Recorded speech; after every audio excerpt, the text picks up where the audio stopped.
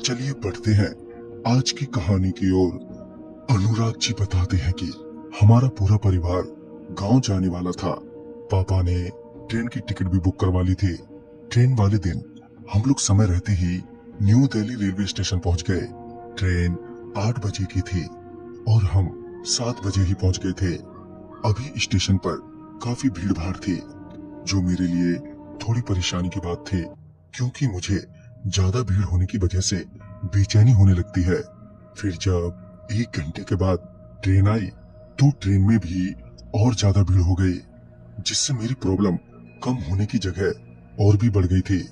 खैर पापा ने कहा जब ट्रेन चलेगी तो भीड़ थोड़ी कम हो जाएगी, अभी ऊपर सीट पर जाकर लेट जाओ।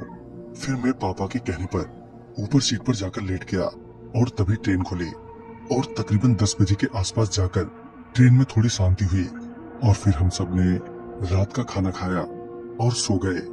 मगर मेरी नींद लगभग 2 बजे रात को अचानक ही खुल गई। उस वक्त ट्रेन में सभी सो रहे थे। ट्रेन में सिर्फ नाइट लाइट ही जल रही थी। तभी मैं वॉशरूम जाने के लिए सीट से नीचे उतरा। वॉशरूम के पास पहुंचा तो देखा कि ट्रेन किसी स्टेशन पर रुकी है। तभी मैं ट्रेन से नीचे उतरा। स्टेशन पर काफी अंधेरा था, मगर काफी लोग चल फिर रहे थे। बाहर हवा भी काफी अच्छी चल रही थी, तो मैं भी वहीं स्टेशन पर टहलने लगा। इसी बीच मेरी नजर एक लड़की पर पड़ी, जो मेरे को ही घूरे जा रही थी। पहले तो मैंने उसे इग्नोर कर दिया, मगर फिर वो मेरे पीछे पीछे आने लगी। मुझे लगा कि शायद वो मेरे से दोस्ती करना चाहती है, मगर मेरी हिम्मत नहीं हो पा रही थी कि मैं उसे टोकूं। फिर वही मुझे आवाज देते हुए बोली, सुनो जरा। मैं तुरंत ही रुका और उसकी ओर देखते हुए बोला, जी आप इसी ट्रेन से जा रही हैं क्या? इस पर वो बोली, हाँ मगर मुझे यहीं उतरना था, मगर रात होने के कारण मुझे अकेले थोड़ा डर लग रहा है।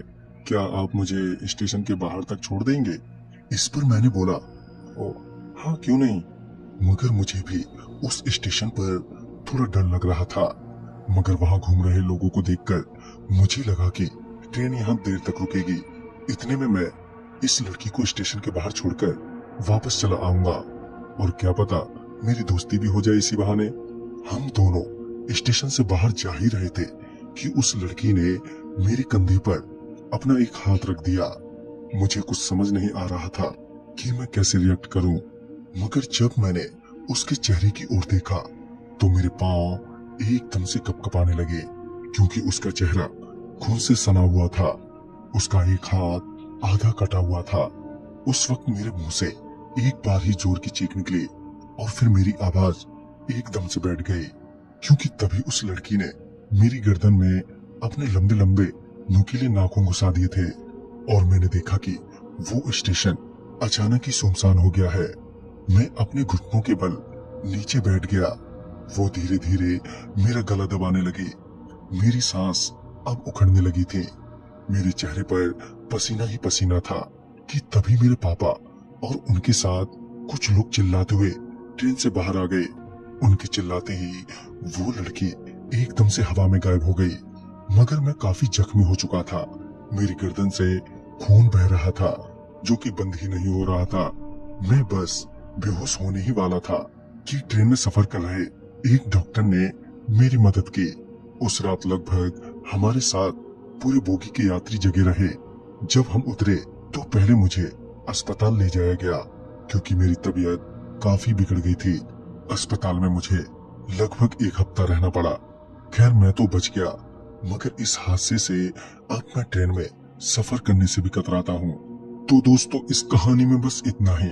कहानी आपको पसंद आई हो तो लाइक शेयर करें और साथ ही हमें कमेंट बॉक्स में जरूर बताएं